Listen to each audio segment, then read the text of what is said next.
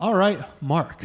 Episode 70. We've crossed the 70 threshold. We have. Today, we are talking about the dangers. I'm going to say buyers beware on this one. Buyers beware. Because we're talking about all about the dangers of putting an offer in on a tenanted property. Yes. You do a really good job getting into the details of the risks associated with buying a tenanted property and some solutions to do it the right way if you do want to do it. Absolutely. We have a regular fun where we talk about all the places we ate, including Momo House. Momo House. Himalayan Momo House, yes. I riff on Justin Timberlake coming to Toronto. Yep. And we talk about a sexy rabbi. There's a sexy rabbi in this. Stealing your wives and partners. God damn, I hate you, Noah. Enjoy the show. Enjoy. Welcome to the Toronto Livings Podcast, a conversation about all things Toronto with a focus on real estate, the culture, and of course, the food. I'm Mark Savell. And I'm Joey Virgilio. And we're realtors with Sage Real Estate working together as a Toronto Livings team with a focus on helping you buy better, sell higher, and of course, having a little bit of fun along the way.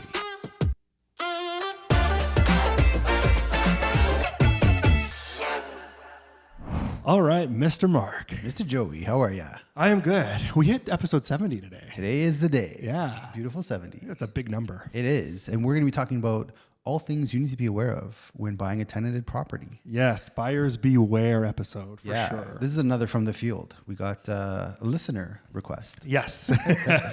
Shout out to the lovely Lisa C. Yes, Lisa C. Thank you very much for this. This was a great idea. And I think it's, we kind of dabbled in this when we talked about landlord and tenant relationships, but I think it was important to kind of come at this from the perspective of if you are a purchaser. I like that. And what risks that you may have whenever you're approaching a tenanted unit. Yeah. So we're going to talk all about that today. But let's start as we always do, Joey. Yes. How was your week and where did Molly C eat? Yes. Yes. Okay. So I did have a couple shout outs, but I've shouted them out so much. So Molly C insisted that I shout out where she was, because for those who may not know, she was just away on a trip in her homeland, Scotland. Fight on. What did we say? What was that reference? I'm home. Hold is the actual. Okay. Braveheart, right? Yes, Braveheart. Yeah.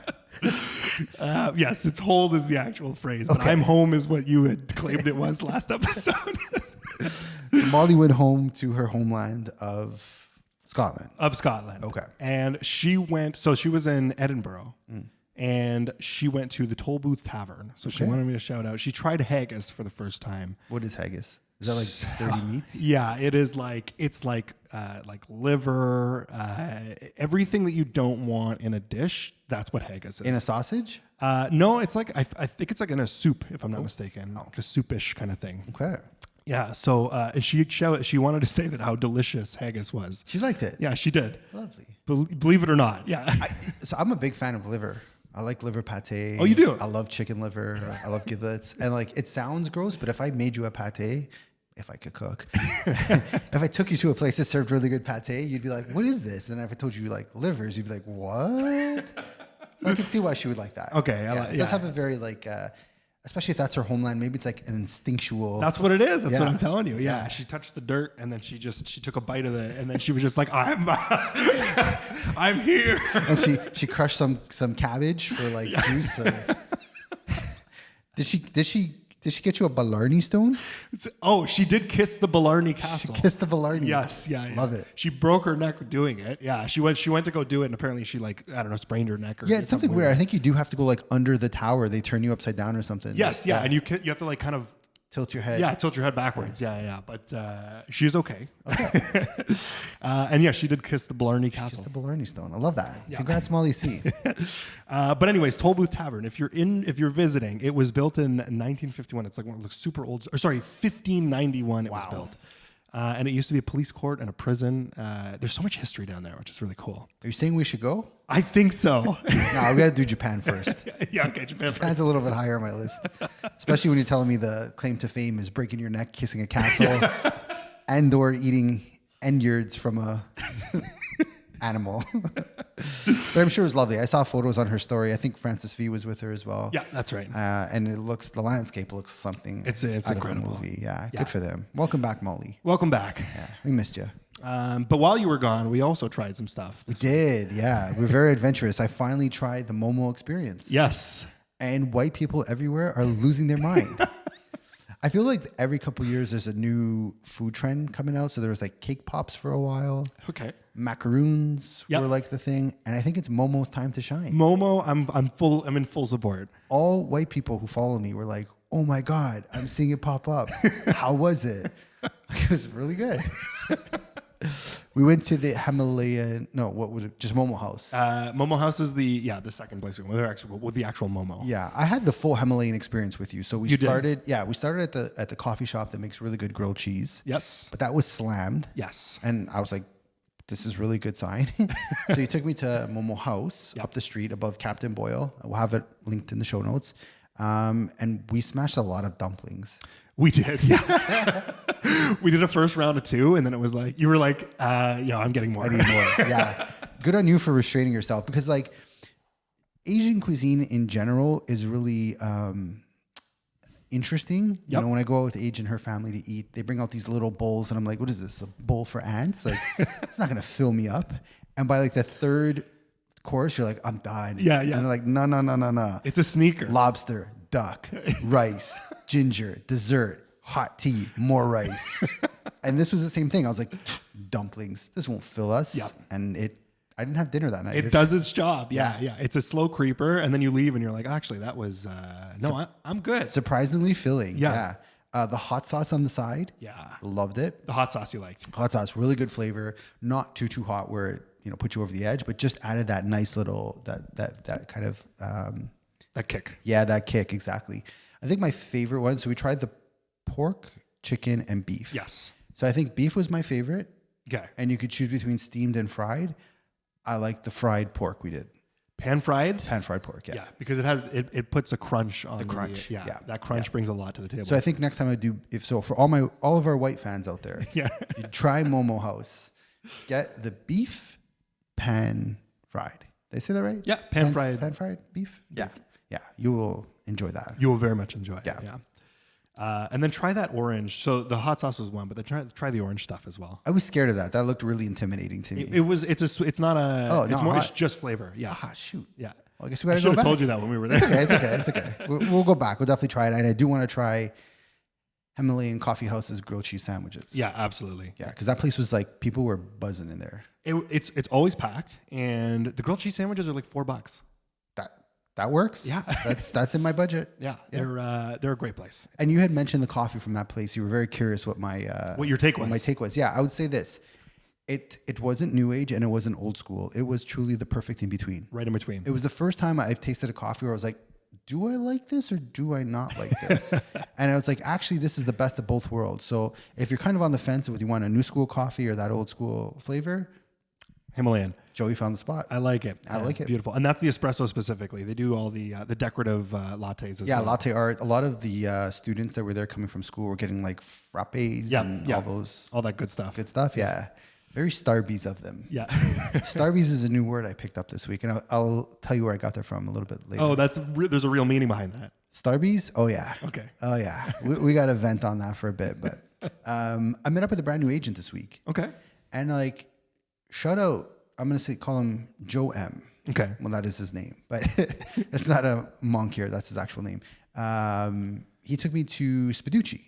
Nice. We've not been there, but I highly suggest we do go there. Maybe even today after the podcast we'll go. Okay. Yeah. Speducci is this really cool butcher shop, grocery store, restaurant, event space. Our good friend Jason and Christina, they got married there last year. Love it. But it's a great place for lunch. It's hidden in like the Keelan Lawrence industrial complex area. Okay. So it's not really, you can't just drive by it. Like if you know, you know. Mm-hmm. And the food in the back, fantastic. Okay. Yeah, so they're known for their Speduccis, which is their lamb on a stick. Yep. They also have, I believe, beef and chicken as well on the skewers.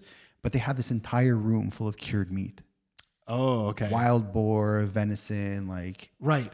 It's primo. You get to experience a whole different wild kingdom. You can. Yeah. It is a wild kingdom when you go in this room. There's like it's crazy. I'll take you to that for sure. But I tried the Diavola pizza. Okay. So Diavola is Italian for devil, hot, bad, all that fun stuff. And I was kind of expecting like, a little bit of heat with my pizza. No. This was fire. Okay. Fire in a different sense. Oh my God. I was trying to explain to this new agent, like all the things that a realtor has to do. And he's like, are you okay? Oh, you were burning. He's like, do you want to take a minute? Dude, I needed a moist towelette. I was dripping. I've never sweated so much from a pizza. The Diavola pizza from that place is truly Satan's spawn. Sweating buckets. Oh my God. He's like, have a slice of mine to cut the heat. And I'm like, no, I'm good. He's like, I think your throat is closing up. I'm like, it's okay. I'm good. Let's just keep talking.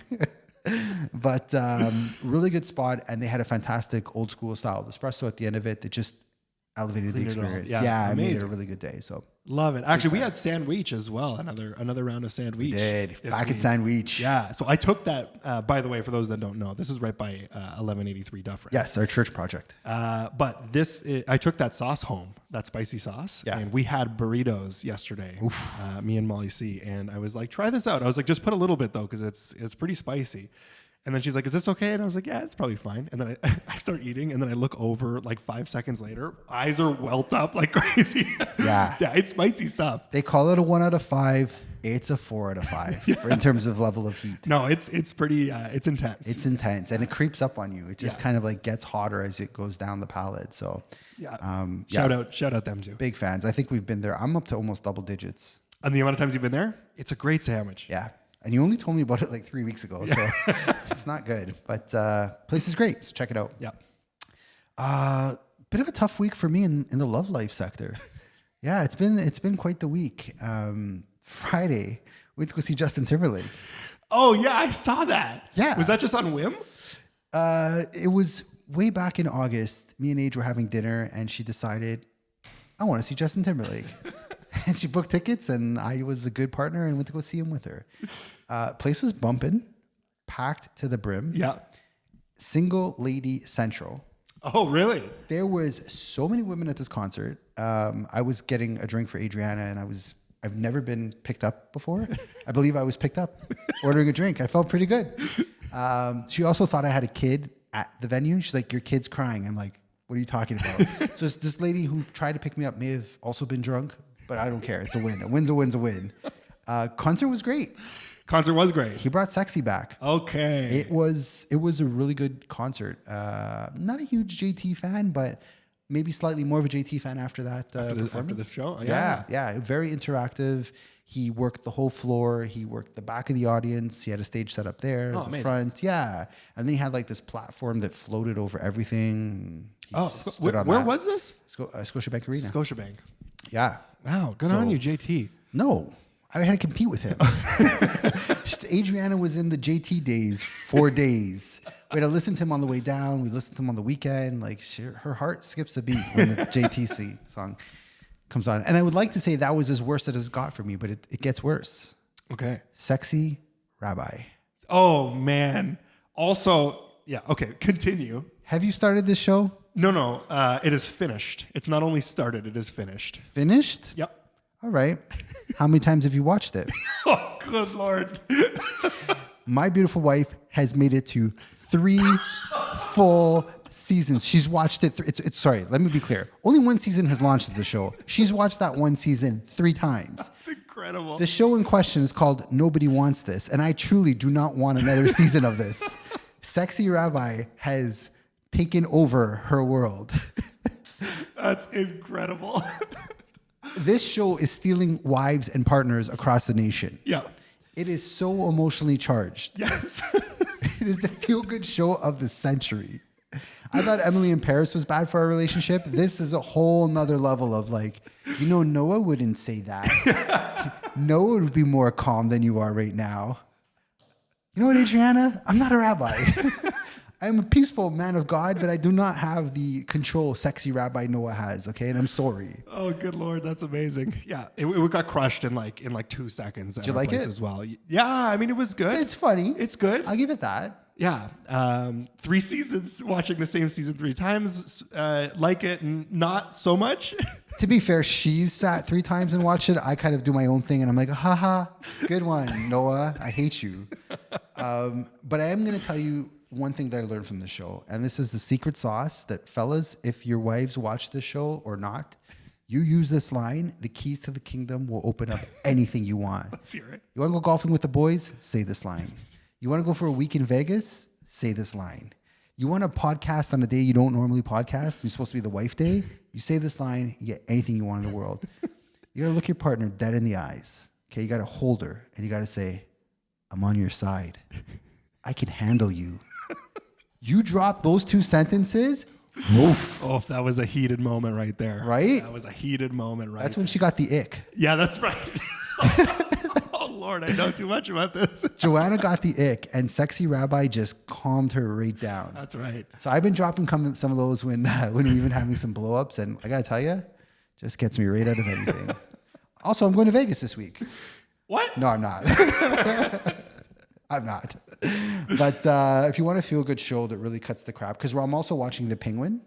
Oh, yeah. In stark contrast, is a very dark show. Complete different feel, yeah. Yeah, I need that to bring me back, because this has kind of brought me to way one side. So The Penguin balances me out. But if you want a really good feel-good show, The Penguin. nobody wants this, is the show to watch. The Penguin is a dark show, but it's getting good. I think it's going to have a good character arc. Yeah, but what did Vegas have to do with this? Well, I could probably get away with going to Vegas if I drop that line to her. Oh, got you. Yeah. You got to pay attention. I missed that tie-in. Yeah.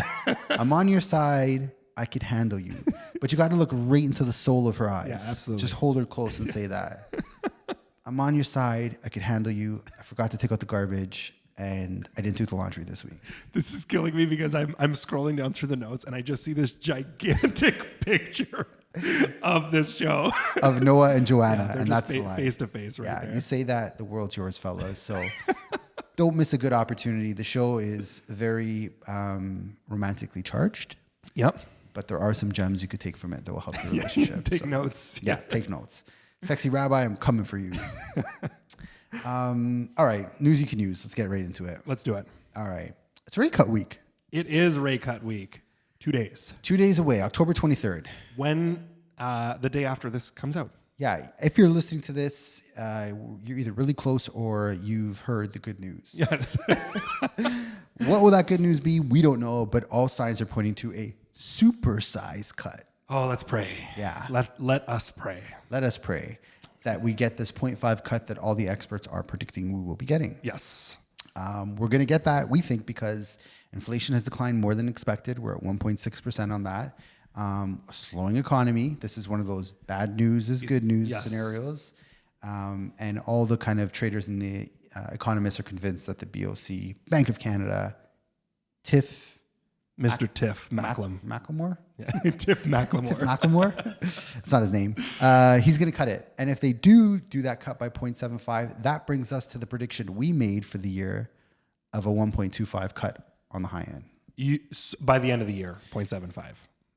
No? You think 0.75 coming this No, what we said this like last year predicting was that we'd kind of end between 0.75 and 1.25 Yes. cut. Yeah. So we'd get, if the 0.5 cut happens, we're at 1.25, our high end of the prediction, with another cut to come.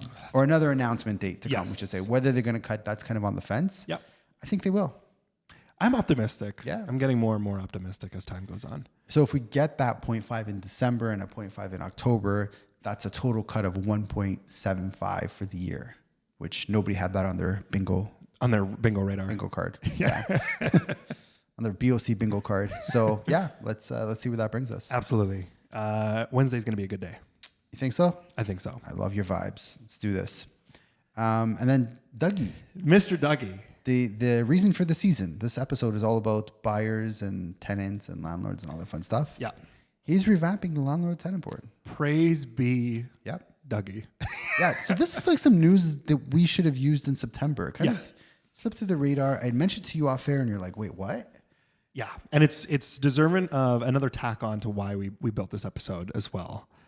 Because he is doing some change. He's revamping. Yeah. He said, I don't know if I got a good Doug Ford voice. Do you have a good Doug Ford voice? I don't know. I'll try it. Maybe we'll take the first half. You try Doug Ford in the second half. All right. Folks, spent an hour with my attorney general yesterday over some soda pops and Timmy's, just running through the agenda. And I think the pendulum has swung the other way, especially for small landlords. God bless the people of Ontario. Oh my God, that was like really good. Thank you. That was a great Doug Ford. Thank you. I slipped in the Timbits and the soda pops. That wasn't part of the official line, but it sounds like something Doug would say. Do you want to try the second part? Yeah. Second part is where are we starting from? These poor folks. No? Hold Do on. you want me to just run with Yeah, it? kick it. Finish this off. Okay. Let's see your Doug Ford. Folks, these poor folks, save up everything they have. They buy one extra condo or maybe a house, and someone goes in there and they don't pay rent.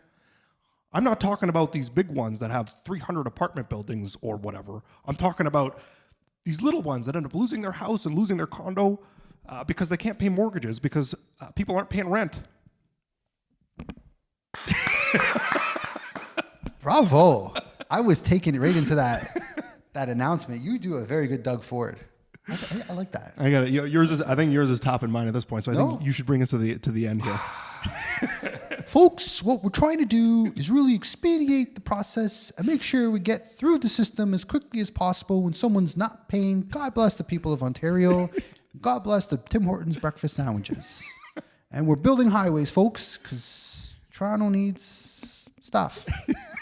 Ramble. Anyways, jokes aside, changes are coming. Yeah. We've recognized this problem. Many people have said that there's a massive backlog with the landlord-tenant board, and change needs to come about. We're not looking for a massive, pendulum swing for the landlords necessarily, just a little bit of fairness, and maybe money is what it takes to speed up the process of getting more cases in front of the courts.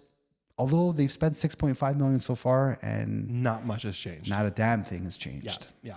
We're in the same position that we were. And man, I really hope, again, just somebody to relook at this structure and see how it's done. Maybe, is it more bodies that we need? Is it more, there might be restructuring that we can do. But all said, I think this is a very needed and wanted change. Absolutely. So transition time, kind of not really. News you can use. We're merging it. We're kind of on the fly here. Yeah. So let's get into it. Let's get into it. So we're gonna take this episode and we're gonna break it down as if we were talking to one of our own clients. Yes. Somebody who said to us, "I like this unit. Let's go take a look." And then we scroll down and we say, "Hey, this place is tenanted. Here's what you need to know. Here's what you need to know." I like that. So the very first thing that I want to point out is what the tenant's rights are. Right. I think that's the first thing that we need to understand is there's two types of leases that a tenant can have when a property is for sale. I mean, they're both fixed term leases in a sense. One is if they're in the middle of, let's say, a 1-year lease, and then the other is if they're on a month-to-month lease. Right. In both cases, you have to wait till the term ends before things break. Yep. For the most part. So what does a term look like in a 1-year lease? So let's say they're 6 months into their 1-year lease. That means that lease cannot break and you can't move into that unit until the rest of the 6 months is officially up. Correct. Regardless if you're using it for yourself, a family member, all that fun stuff, you have to respect their lease. Yes. And you cannot give notice that you're moving in until the end of that term. That's right. Like yeah. it. So the other thing, which is this is now more of a realistic conversation. If I'm going to guide I'm going to say all of this would be guided with hesitation, but this is more of a realistic conversation to say, hey, this is possible. And that's if they're on a month-to-month lease. Yep. Because if they're on a month-to-month lease, you can officially kind of set it up where you allow the seller to give a 60-day notice that they have sold the property and that you, as the buyer, are planning to move in. Correct. Or a family member. It's got to be an immediate family member too. There's a specific checklist that you have to follow. Yeah. And there's an affidavit you have to say and sign and all these other things. So we're scrolling the MLS. We find a property. It says property tenanted. Buyer that we represent loves it. First thing we do, all right, get on the phone with the agent. Are you in a 1-year lease term or is a tenant on a month-to-month? Yes. Establishing that is very crucial for if you even see the property. Yeah. We tend to say, if especially in your scenario where there's a 6-month term left on the lease, you might want to skip seeing that one. Yeah. Of course, if you have long horizons of when you want to move in, no problem. Then you can take a look at it. But it's very tough to work out a scenario where the tenant's going to leave in a 6-month term because they just moved in. Technically, they're halfway into their lease. They had no plans of leaving. Yeah. It's very unlikely they're going to be uprooted and leave. And if they do, you're probably going to have to pay a lot of money. Yeah, so that's where the tricky part definitely comes into play. I think it's important to understand this because even if you do, this is the problem. If you do take on that lease, say you do close in let's say 60 days or 90 days, and you say, I got time, I don't need to move in right away anyways, I'll just take this on and That tenant, there's a lot you're taking on in terms of responsibility. Yep. It's not guaranteed that they're out in 6 months because with the way that the landlord-tenant board works is once that 1 year lease is up, it automatically moves with the same terms into a month-to-month contract. There's nothing new needs to be signed, nothing new needs to be agreed on. They're there. So when I look at leases, even if I'm signing a lease with a tenant, I always say there's a clear start date, but the end date is just completely up in the air. If you protect yourself as a tenant for the year or the fixed term that you're in, but it doesn't necessarily mean that your lease ends after the year is up. Correct. 90% of the time, landlords want a 1 year commitment, and then they want it to move into a month to month, so everybody remains flexible. Correct. So it becomes tough because you're taking on a lease of terms that you never agreed to. Right. You're basically closing and accepting responsibility. If there was any issues in the past, if there was maybe lawsuits or battles with the previous landlord and the tenant, you take all that responsibility on, and you officially have that lease assigned on to you as the new owner of that unit. That could be messy. And you could already be dealing with a tenant who's frustrated and tenant who's, that all this is even happening in the first place. So be very, very careful with who you're signing up for. Yeah, you've not scanned them. You don't know their credit history. You don't know their employment status. Yeah. You know nothing about who they are as people, and you're just kind of taking it on and hoping for the best. Yeah. Which is a recipe for disaster. Yes. Yeah, it's a very, very dangerous game. So pretty much, let's say that you are somebody who's like, you know what, it's the perfect place. This guy's on a month-to-month tenancy. Let's just put an offer in. I want to see if we can make this happen. The typical structure that this would kind of happen is basically you would, as a buyer, you would set the closing date for, let's call it 90 days to be safe. This gives the seller the opportunity to get the tenant out of the place before you close on it. To provide the correct notices to the tenant, letting them know that the seller is the one asking them to leave because the buyer has signed an affidavit that they're going to move in for their own personal use. Yes, exactly. Now, and that's a good point to bring that up because also if you're buying under a corporation and you're buying, say you have you're doing it smart in an investment style, but you are still planning to move in there, that is still something that's going to be a headache later because it's not your physical name on the piece of paper. So Right.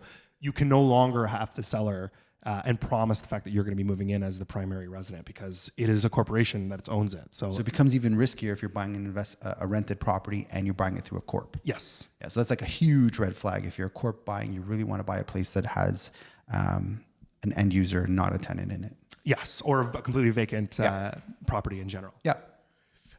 So you've set your offer up and you've set it for 90 days. So what the seller is supposed to do is they're supposed to issue an N12, which is basically notice that the place has been purchased and you're moving in as an end user, gives the tenant 60 days, they're out, everything goes well, and you close in 90 days. Great, peachy. Perfect world. Perfect world.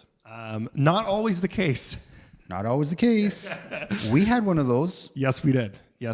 And it was a very, very risky one that Yep. our contract was very, very specific and detailed. Yep.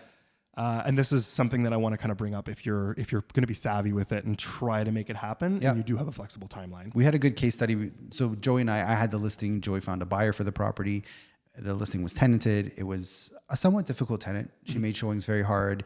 She didn't quite understand the way the system worked here and challenged everything we brought up. So we really had to tread carefully on how we structured the deal where both parties had an out. And what worked well was obviously because we could communicate with one another, we know each other, we were able to bring it to the finish line, successfully close. The tenant did find a new place. It worked out great for everyone in the end. Yes. But that was two very cooperative tenants realtors who understood what the process looked like.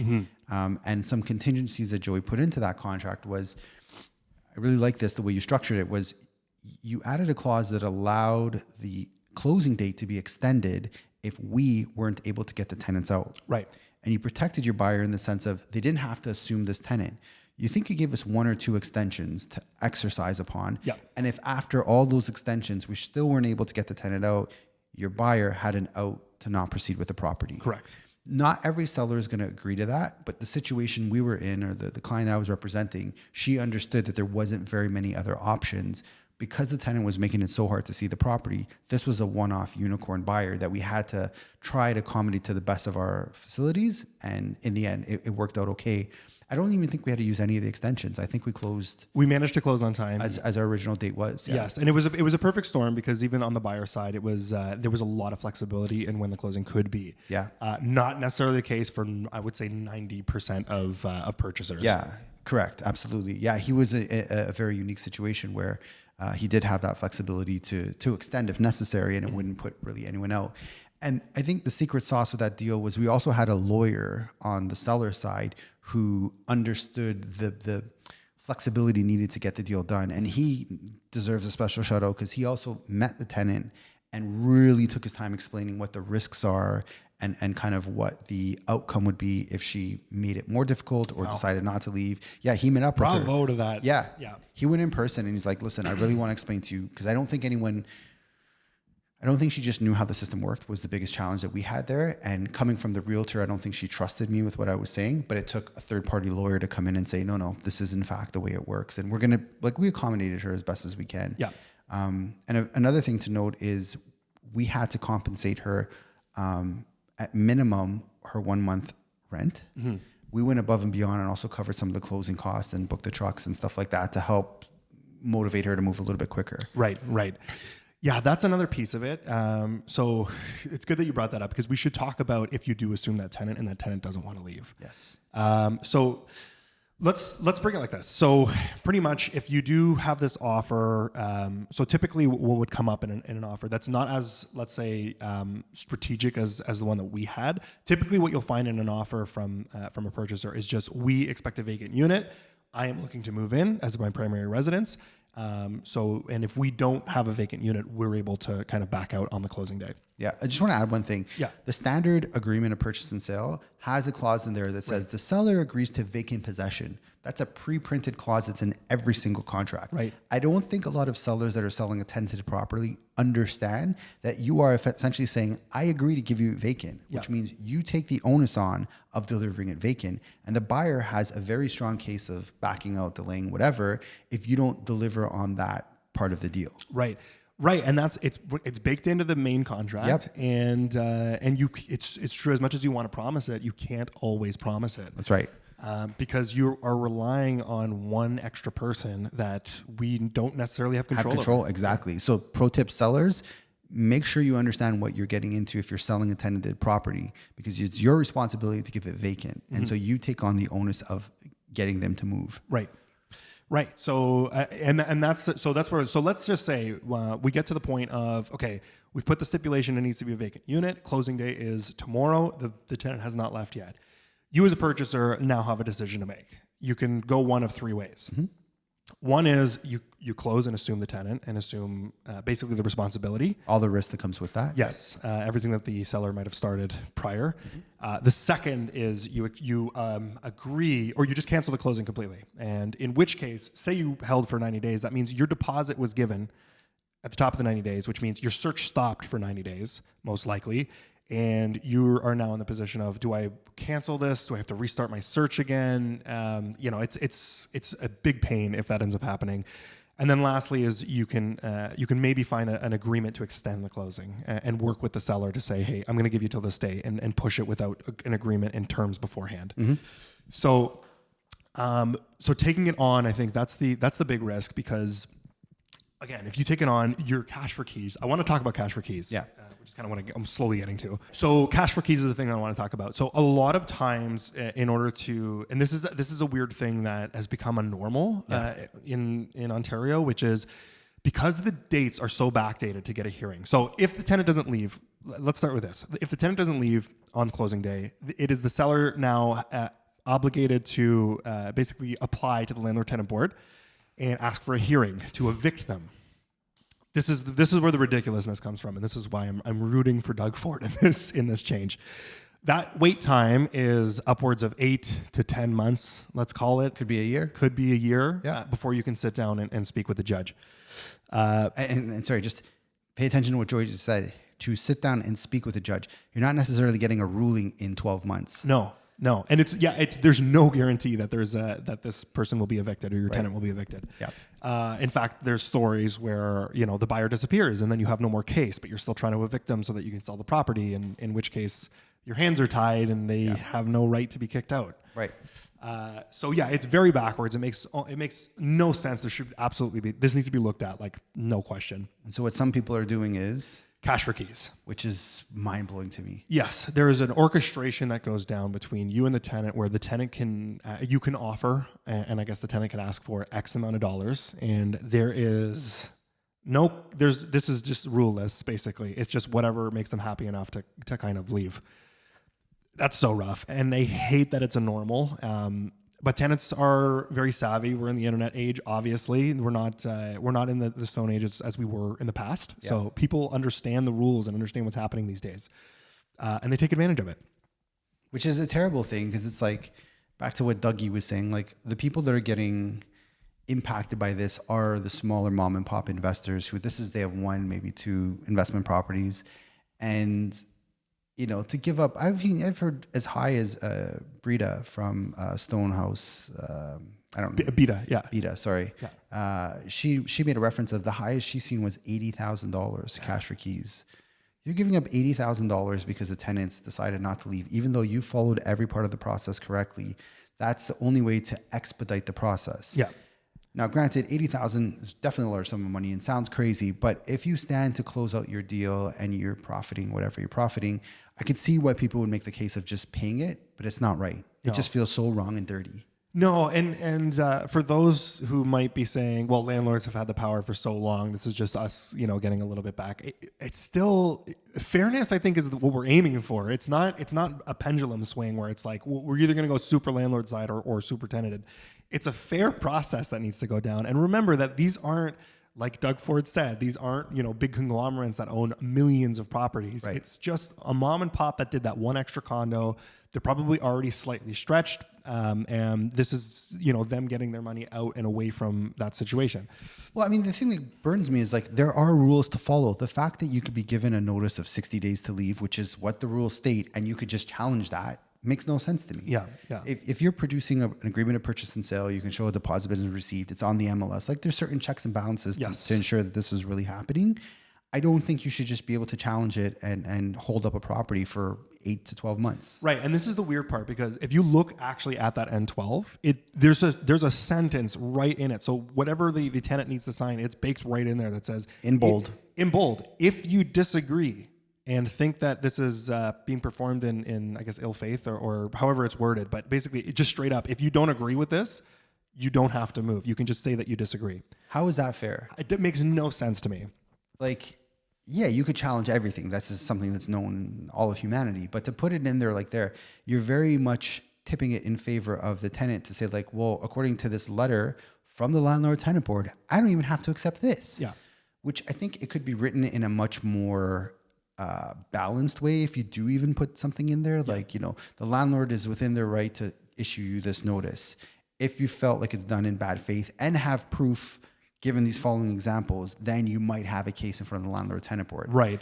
It's just very, like, one sentence, like, you don't have to accept this. Yeah. We're paraphrasing here, of course, but yeah, it's that line irks me every time I see it in there. Yeah, because it makes no sense. And again, like, maybe this is just a shift of how the landlord tenant board rules on certain things. Like, if there's an agreement of purchase and sale on the table, maybe that's something that gets expedited well beyond other cases. I like that. That's a very practical solution. It's a very serious matter, and you're accounting for people's, like, people are making these gigantic purchases, and to just have a tenant, mind you, they might have been in there for a long time, but this is a large sum of money, and it's a very important piece of the puzzle. Yeah, and, like, sorry, but things change. Like, you chose to rent a place. One of the things that comes with a rental is the uncertainty of living there forever. Yeah. This is part and parcel what comes with a rental. So the argument of, like, well, I've been here for 15, 20 years, my rent is more expensive, it's gone up. Yeah, that's the way things go. Like, I hear the argument, but I don't necessarily support it, because, like, there's so many cases where, okay, like a car, for example. Yeah, cars have gone up significantly over 5 years. You can't go cry to the government that cars are expensive. Right. That's the way this capitalistic free market system works. So, we have rent controls, and we have buildings. Like, you could always move to a rent control building if that's your massive concern, right? But I don't know. Yeah, definitely unfair and unbalanced, and Needs to be addressed. for sure. But this is what makes it risky as a buyer. So these are things you need to pay attention to, because those the next time I have somebody ask me if I think that we should approach a tenanted property, I'm going to send them this podcast. yeah. There's lots of risk that comes with it. I think to play devil's advocate, if you can get this for a really good price because it is tenanted and you're willing to absorb the long time it could take to close on it, consider it. Yeah. But that's such a small percentage of people looking. Most people want to close in 60 to 90 days. Yeah. So you really want to tread carefully if you are looking at a tenanted property. Yeah, I think just to wrap up on a couple helpful questions, if you are looking at it and you're actually considering, you found the perfect place and it's like, I want this one, I don't care that this tenant's on a month-to-month, and like, let's just move forward with it. We alluded to the very first thing you want to ask is, first off, make sure it's a month-to-month tenancy. Second thing, you can ask the agent if there is an N11 signed or if there's an N12, an N9 signed, which means the tenant has given you notice. They voluntarily agreed to leave. Yes, they're already putting themselves in motion of like, we found a place. Or these are things you can ask that kind of like temper the risk side of it. And then an N11 is a mutual agreement, so both signatures are on a page. It's not like a landlord's kicking you out because. Yeah. Those are two things you can ask for, and then ask for the proof of that before anything happens. Yeah, before you even book a showing, kind of know the waters you're walking into. And maybe to flip it on the other side, because you represent a lot of the buyers that we work with. I'm kind of more on the listing side. If you're thinking of selling a property with a tenant in it, as a listing agent, I always have that conversation with the seller saying, ideally in a perfect world, you would save a ton of headaches if you just dealt with it before we even come to market. Right. Have that conversation with them. And if you're in a year lease, I tell them straight, like, it's probably not the time to list. Right. It's going to be a world of pain unless they've indicated that they're ready to go and sign all the necessary paperwork to leave.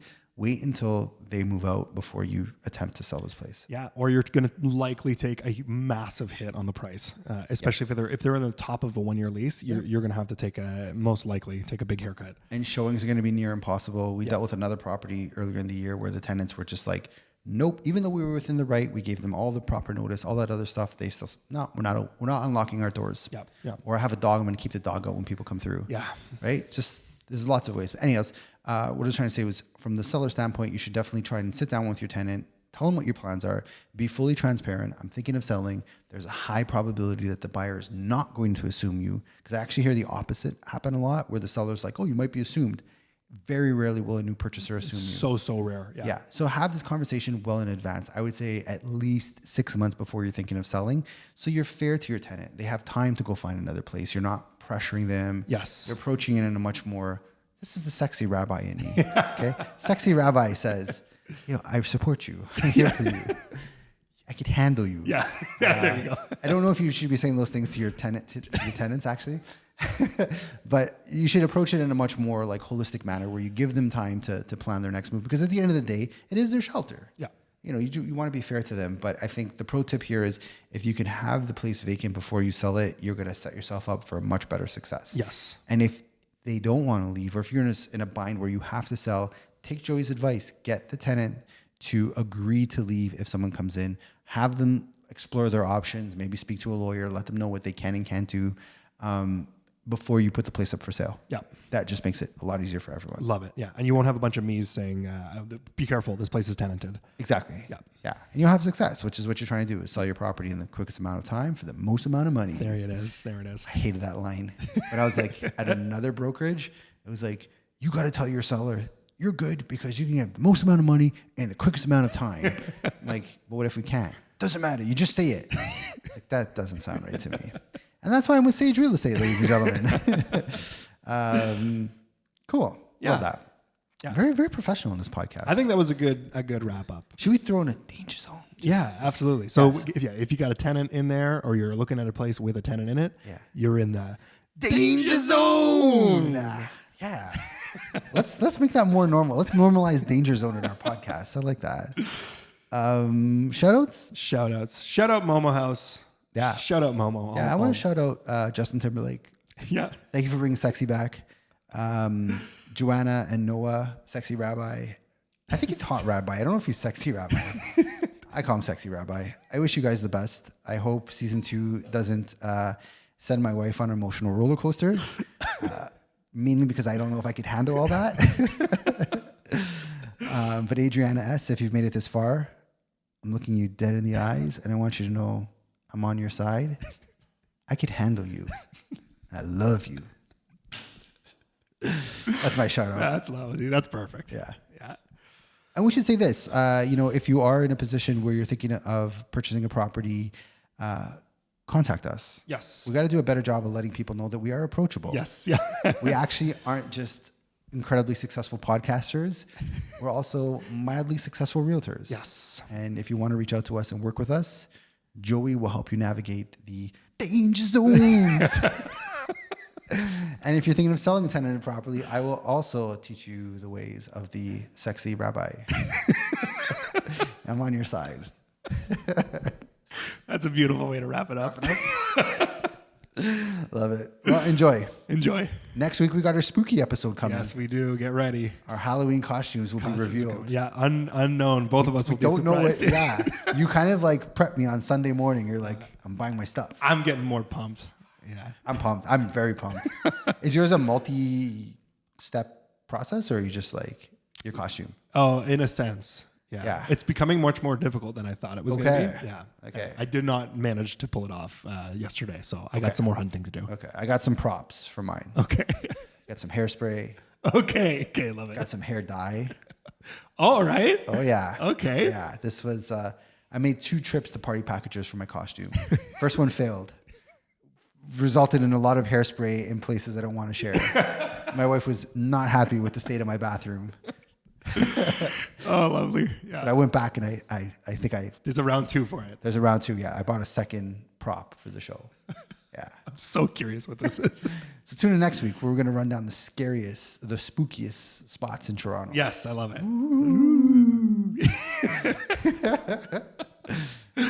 Wrap it up. Yeah. Thanks for listening. Thanks for listening. Thanks for listening to the Toronto Livings Real Estate Podcast. You could find more information on how we work over at torontolivings.com. Be sure to sign up for our newsletter to get price reports from over 150 different neighborhoods in the city each and every month. If you got any value, please like, subscribe, and share with your friends. And if you made it this far, thanks for listening.